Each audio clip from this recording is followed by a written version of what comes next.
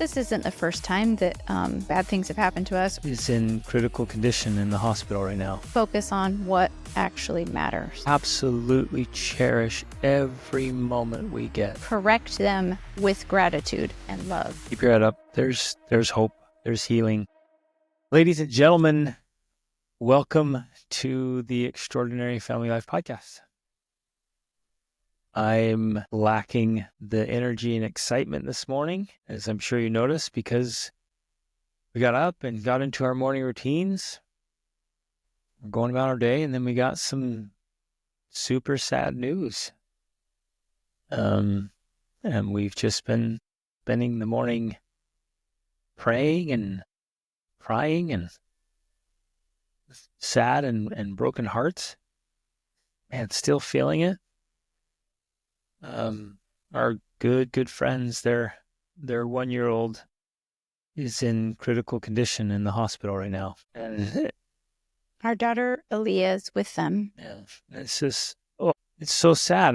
And so today's the day we record podcasts. So we thought, you know what, we'll still record something. We'll just be honest with our feelings and our thoughts, and maybe share something here that's helpful for all of us when we're facing tragedy and challenge. But I think more importantly, when things like this happen, for me, it just reminds me to absolutely cherish every moment we get. Because things like this have happened to us when we had our terrible car accident, 15 years ago. Man, I can't believe it's been that long already. 15 years ago, and we almost lost our daughter, Aaliyah, who's there with them. Yeah, the one who's there with them. Yeah, she was 3, and she was ejected from our van, and it snapped her femur in half, and a matter of inches would have ended her life. And it was this serious reality check that all the things we were worried about and stressed about and frustrated about just didn't even matter. All of our plans and all of our strategizing and all the stuff and things that we get so worked up about just literally don't matter. Well, it is always amazing to me how when things like this happen, and whether they happen to someone else or they happen to you, someone you care about, it has this power of bringing into focus everything that really matters, which is what you're talking about. And it is amazing to me how that works, how you're right. Everything we were previously worried about, suddenly it doesn't matter. It's not even important. Yesterday, I took my rabbit to the vet. Well, my daughter's rabbit. And we were all worried about it. And now I'm like, it doesn't matter. Not that she doesn't care about the rabbit anymore, but suddenly the perspective of that is shifted when you realize, I guess, what we care about more. We care more about the people we love. We care more about our friends, our family. Those are the things that really matter. And so it does create this very powerful, strong paradigm shift that helps us to focus on what actually matters, what we actually care about, what's most important to us. And I guess maybe that's the only message today. Yes. That we have had that paradigm shift again today. And if there's a positive thing that can come out of things like this, that is it. To share that paradigm shift with others so that they can take their current life and be reminded about what actually really matters. Exactly. As you can imagine, with all the coaching we do with good families like yours, we often hear stories of moms and dads and kids being so upset and fighting all the time and yelling at each other. And this is on a daily basis of, you left your shoes out, you're jumping on the furniture, we took you to a restaurant and you climbed over the table or under the table, and you took your stuff, you broke that thing, you embarrassed me. And we make big deals out of it. And in the moment, it seems like a big deal. And not that we're saying, we should just, because of what's most important, that we should all act like barbarians. We're not saying. Well, no, not at all. I guess, thank you for pointing that out. I want to point, when the overreacting that we do, that we're getting so upset when, like you said so well, it's like things like this are a great reminder for all of us to bring it back into focus, to shift the paradigm, have a quick reality check of like, well, hey, yeah, wait a minute. I don't want my children behaving like that, but I don't need to But blow a gasket, and I don't need to reprimand and get after him. Like I can gently, lovingly correct him and say, come here, I'm so grateful to have you. yeah, I mean, that is the driving emotion, I think, It has to be. is this reminder that through all of that, through all of the chaos, all of the challenge, all of the frustration, all of the irritation, and in fact, in spite of it, with the proper perspective, we can reduce those emotions, because instead what we can be experiencing is gratitude. Right. And I know that we have talked about this before, specifically in our coaching, but perhaps on the podcast as well. And in our coaching, we've called it extreme gratitude, because this isn't the first time that bad things have happened to us, or that we've heard of things happening to other people, traumatizing, sad, terrible things, whatever word you want to use there. But when it happens, again, it always brings this paradigm shift and reminder. But for me, I've tried to maintain that viewpoint as much as possible and as long as possible, not in a like morbid sort of way, but in a way that helps me be a better parent, right? When I remember how I feel in moments like this, because not only do I mourn with someone who's mourning and cry with them, I also feel much more gratitude for my own children and their own safety and their own health and well-being, which is a natural response. And so that's the key. That's the benefit of something like this, is that it can help us each be better parents on a daily basis, remembering that life's fragile. We have to remember that. And I don't know how to say it any stronger than just cherishing those moments and loving them. And instead of feeling the anger, resentment, frustration, irritation towards them and all the little things they do, choose instead to feel that extreme gratitude and love. Mm-hmm. And remember that it's just an enormous privilege. And still correct the behavior and still raise them and still do the laundry and make dinner and pay the bills. But it's interesting that I think that I've become good at this with that sort of mindset, because I can think of certain touch points over the years of a situation like this that has impacted me and influenced me. And because of that, I have learned how to be able to correct them with gratitude and love, to discipline them, or to, whatever. Those are the only two words I can think of that really matter. Discipline and correct them with love and gratitude. Like, it doesn't have to come from a place of irritation and annoyance and frustration. I can love them to death, and I can be so grateful that they're alive. And that can be my underlying emotion and feeling. And still, I can correct their behavior. Still, I can discipline them for things that they shouldn't be doing. But it's done from this place of sincere gratitude, because you're alive. Yeah. You're healthy. I'm so grateful for that. And I love you so much. So let's not do this thing. Right. And it's amazing how well kids respond to that. When you so much better taught them and train them, it's incredible to me that, my kids respond great to that. You don't have to get upset. You don't have to yell. You don't have to be angry and frustrated and irritated and annoyed.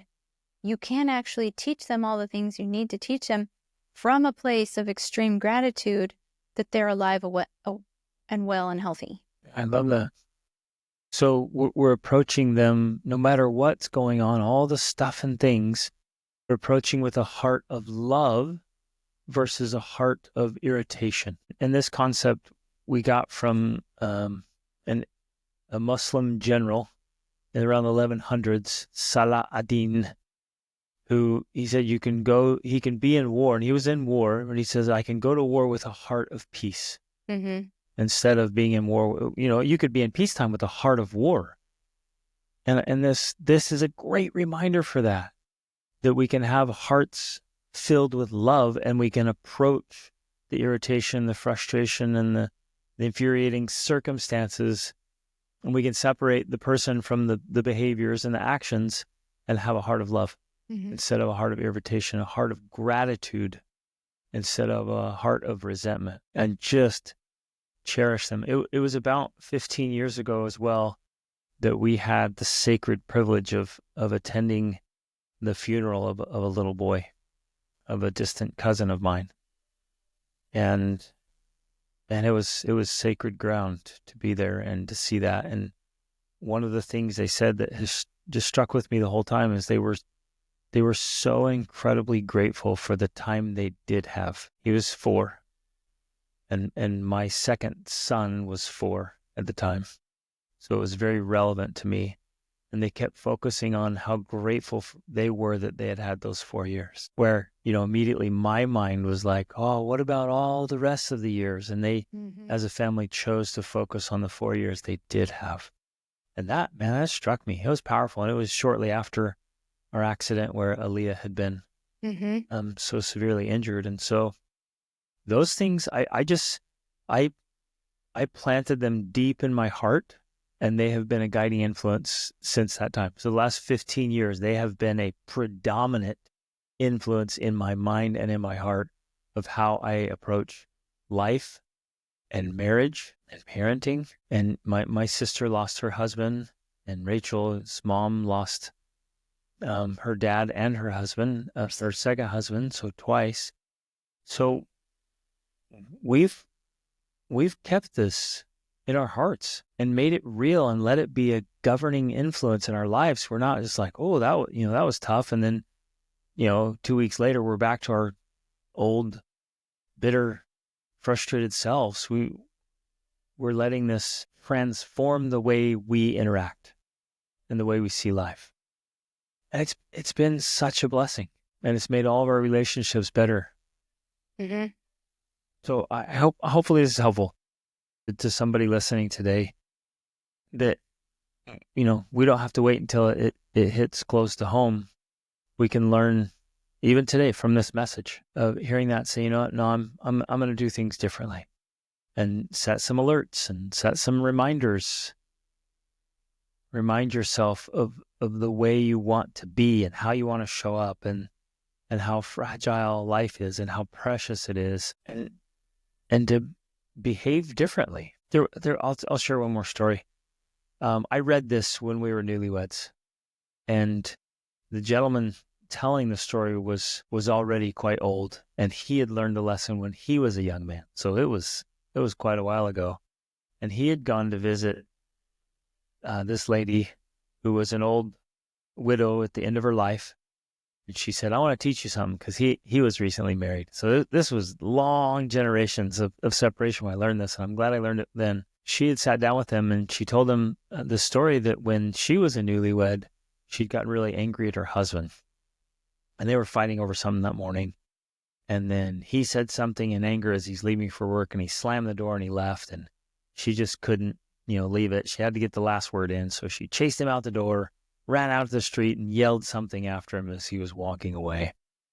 And then he went on to a construction site and was killed that day in an accident. And she was telling him, just in the stories, is like she didn't even remember what they were fighting about. She couldn't even remember it. It was so insignificant.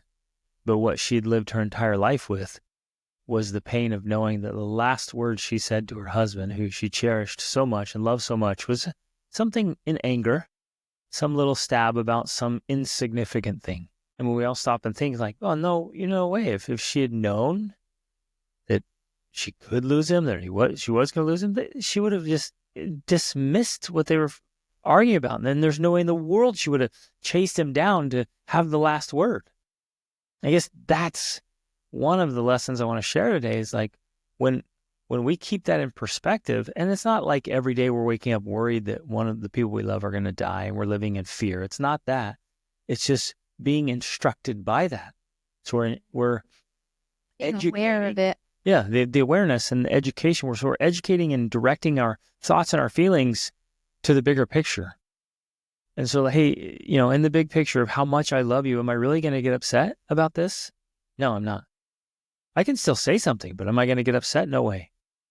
And when I remember how much I love you, Rachel, again, if you do something that's annoying, I'm like, just dismiss it. Who cares?